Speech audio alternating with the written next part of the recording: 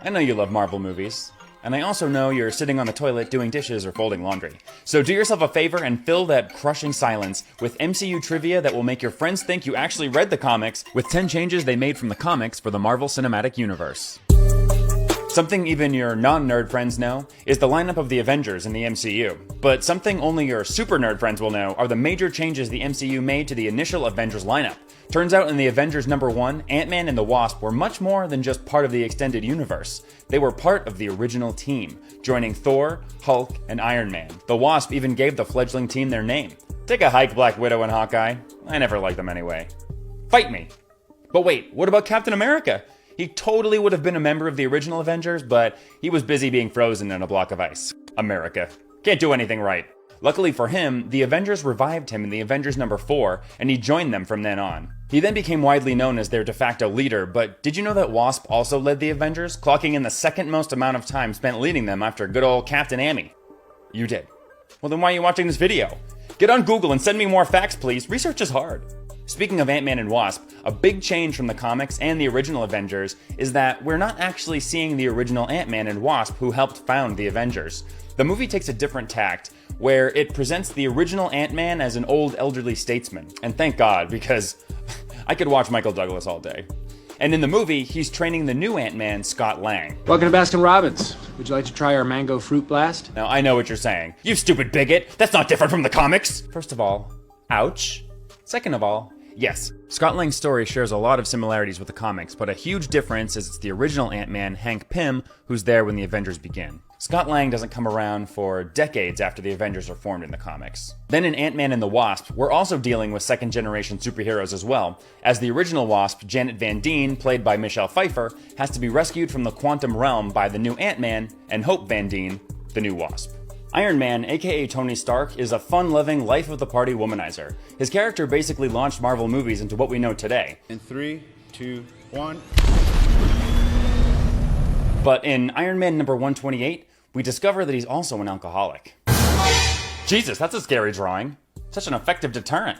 Well, I'm never doing alcohol again. The Demon in a Bottle comic arc shows Tony turning to alcohol when things keep going wrong. On his way back from blowing up an island, as you do, his armor begins to malfunction, sending him crash landing back to Earth. But mysteriously, there's nothing wrong with his armor. Later, he's invited to meet a foreign ambassador at a function representing his company, Stark International, but his suit malfunctions again, accidentally killing the ambassador with a repulsor blast. Man, they should have cast Alec Baldwin as Iron Man. Too soon. And to deal with his guilt, Tony falls deep into an alcoholic stupor, going so far as to yell at his butler Jarvis, who resigns the next day. But eventually, Tony discovers that his suit was malfunctioning due to an evil competitor, Justin Hammer, and after sinking Hammer's evil island, quits drinking, and Jarvis returns. Jeez, Iron Man really hates islands. Thanos' motivation for killing half the universe's population was very different in the comics. In the movies, we all know Thanos kills half of a planet's population because he thinks he has to, in a genocidal, pruning, sort of cut off the branches so the tree can grow kind of way. Except with people. You get it. Which turns out to be a lot more grounded than his motivation in the comics, although it has to do with love, so we kind of all get it. As a kid, in the comics, Thanos' superpower was that no one liked him, and a nice-seeming young girl would constantly show up encouraging him to kill things. First, small things, then people. And since she was the only one who paid him any mind, he fell in love with her. So far, sounds pretty reasonable, until she reveals herself to be literal death. No, not Norm Macdonald on Family Guy death. Hey, that's a good one.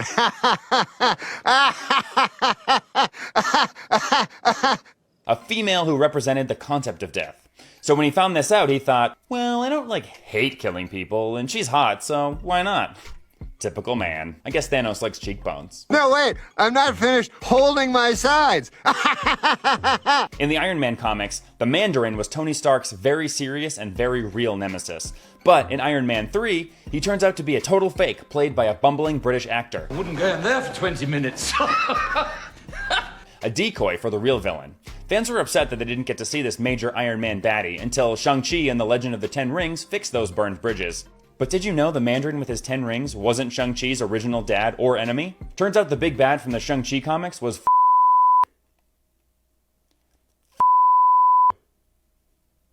What, even his name is racist? Jeez, YouTube's getting strict. Come on, it's educational. Let's try again. Turns out the big bad from the Shang-Chi comics was Fu Manchu. Ah, there we go. Later known to Marvel Comics as Zhang Zu after a copyright dispute, Zhang Zu was a genius master sorcerer, but not the wielder of the Ten Rings. The MCU did a bit of a mashup, and it honestly worked really well.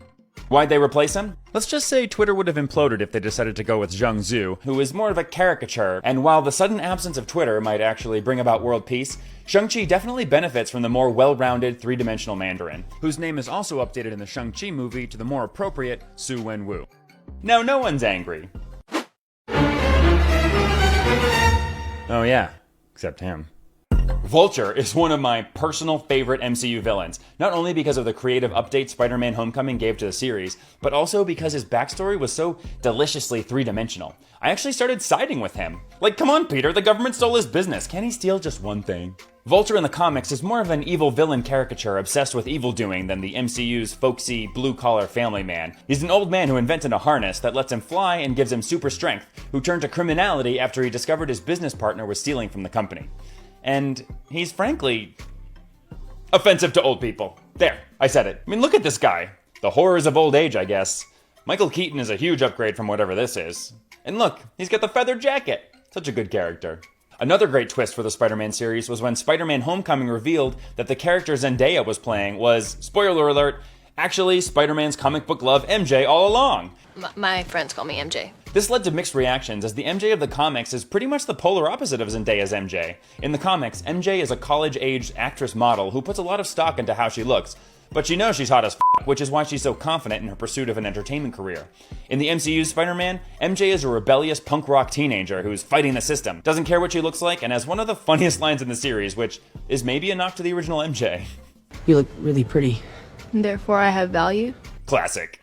Thor in the comics was very different from the Thor we see on screen, and it has a lot to do with the casting of Chris Hemsworth. His natural charisma took a mostly serious character from the comics and transformed him into the funny, frat guy, god of thunder with a heart of gold that we know and love today.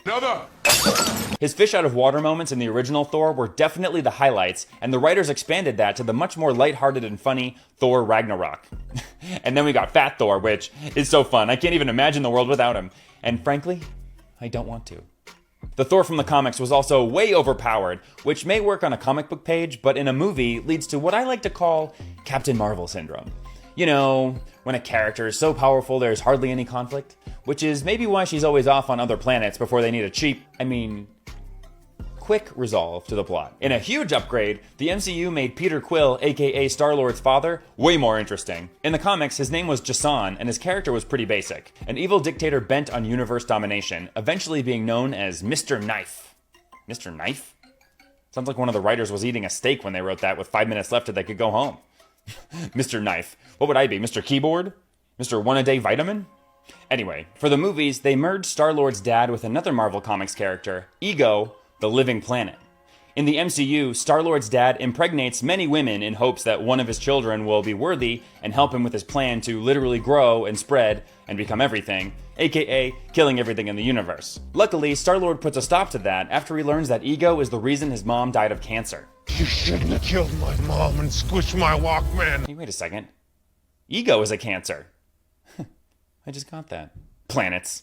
Can't trust him. Captain America Civil War was a refreshing look at another angle of superhero drama, focusing on the carnage superheroes create in their wake. The comic book storyline differed from what we got in the movies in that, in the comics, no one knew any of the superheroes' real identities. So the government not only wanted them to register and answer to them, but also reveal their secret identities, endangering them in their personal lives and their families. In the movies, they really just wanted to remain freelance and not beholden to any government, which is still a good conflict, but many fans were upset at the lower stakes. Steak. Looks like it's time for Mr. Knife. Look at you, all prepared to go to your next party with some interesting facts to bore your friends with. But who are we kidding? You're not going to parties. You're sitting at home watching Marvel movies. So I guess what I meant to say was, now you can pwn noobs on message boards with your ill-gotten knowledge. Mazel.